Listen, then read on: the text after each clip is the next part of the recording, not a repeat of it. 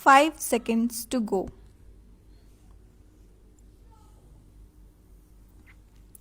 Madam Deputy Chairman, I rise to support the bill which has been moved by the Honorable Minister of State in the Ministry of Home Affairs. This bill incorporates certain sentiments which the country holds so dear as far as the office of President is concerned, and also incorporates the faith of the people in themselves that when they will elect a president, the person who would be occupying the high post would be a person who would have not only the love and affection of the people but would be, as the Honorable Minister pointed out, a dedicated politician whose whole life is dedicated to the service of the nation before he became the president, during his occupation of the office of president, and even after he retired from that office. It is this confidence of the people in themselves and the high love and affection which they hold for this office which have resulted in this particular bill being considered by the House at the present moment. The Honorable Minister has pointed out that the President who has just retired has fulfilled all the requirements which are the basis of this particular measure, and the measure which was passed in 1951. I wish that he had mentioned the last Governor General also, to whom both the measures apply. Whether we may agree or may not agree with the last Governor General on some of the political views that he holds,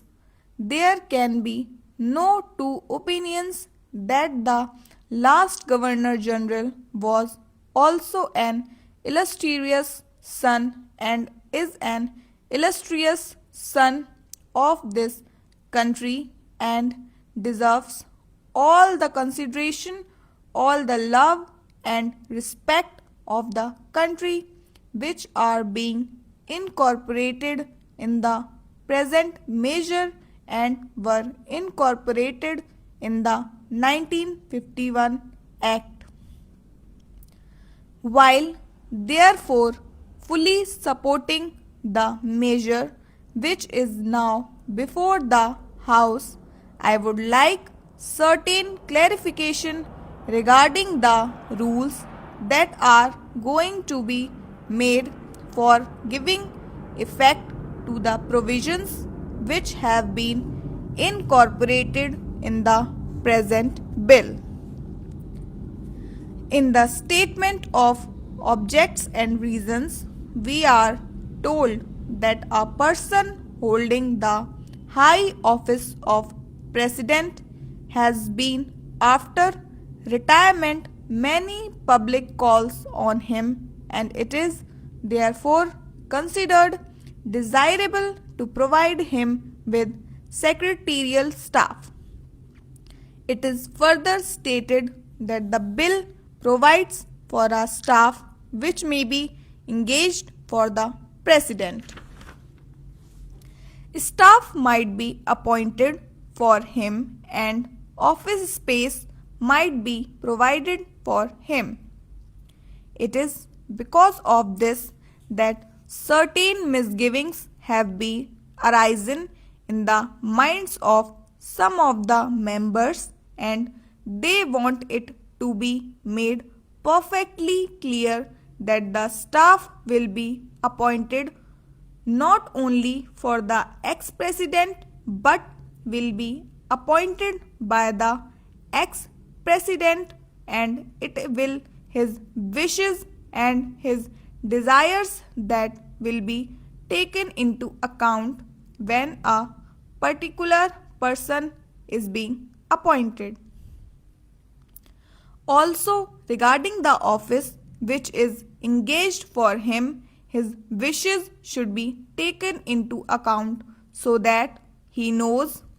when would be a convenient place for him and be made to get that place.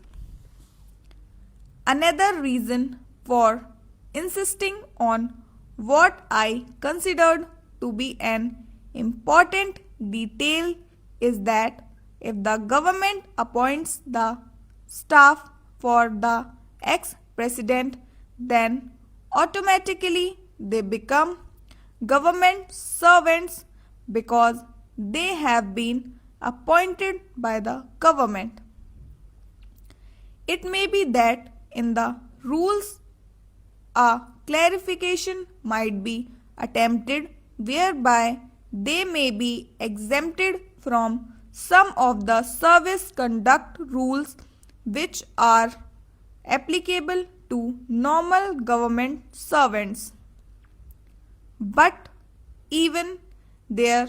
it will be much better that this should not be left in any doubt, and that these persons that are appointed to assist the ex-president in his secretarial task are appointed by the ex-president himself. They would be the staff of the ex-president and would not be appointed by the government for the ex-president and would not be government servants. This point ought to be made quite clear so that the ex-president has got all the right of determining the service conditions of the people appointed by him, of course subject to the overall limit which has been provided and, to my mind, rightly provided in the bill. Within that overall limit, perhaps it will be much better to leave the rest of the matter to the president himself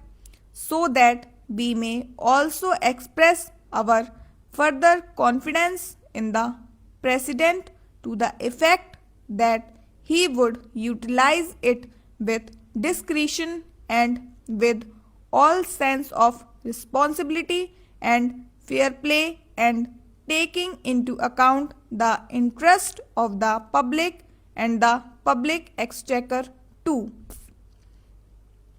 Another point which also needs some clarification is regarding the payment to be made for the secretarial assistants and for the secretarial staff.